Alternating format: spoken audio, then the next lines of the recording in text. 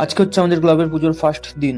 তো এদিকে ভাইস্তা দাদা আর আরেকটা ভাই বসেছিল, আর এদিকে সবাই ছিল লোকজন যারা এসেছিল অনুষ্ঠান দেখতে, পুজো দেখতে। তো এটা সকালের ফুটেজ নেওয়া। তো সকালবেলায় পুজো স্টার্ট হয়েছিল যখন তখনকার। আর বিকেলের দিকে আমরা কিছু বস্ত্র বিতরণ করছিলাম বয়স্ক মানুষদের।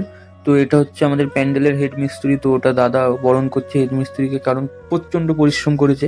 তারপরে হচ্ছে আমাদের বস্ত্র বিতরণ অনুষ্ঠান শুরু হয়ে গেছে এদিকে।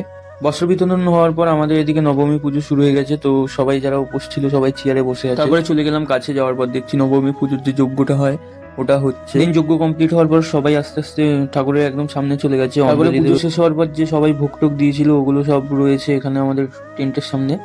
তো সবাই সবার ভোগ নিয়ে যাচ্ছে সব কমপ্লিট হওয়ার পর এবার আমাদের পাড়ার যে ভাই বোনটন আছে সবাই মিলে নাচানাচি করছিল। আর ওই কোনার ছেলেটা হচ্ছে ওদের টিচার।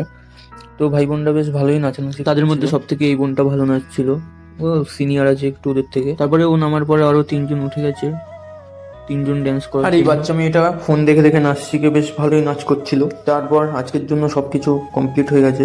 তো পুজো টুজো সব শেষ, আর যারা অনুষ্ঠান দেখতে এসেছিল তারাও সবাই বাড়ি চলে গেছে।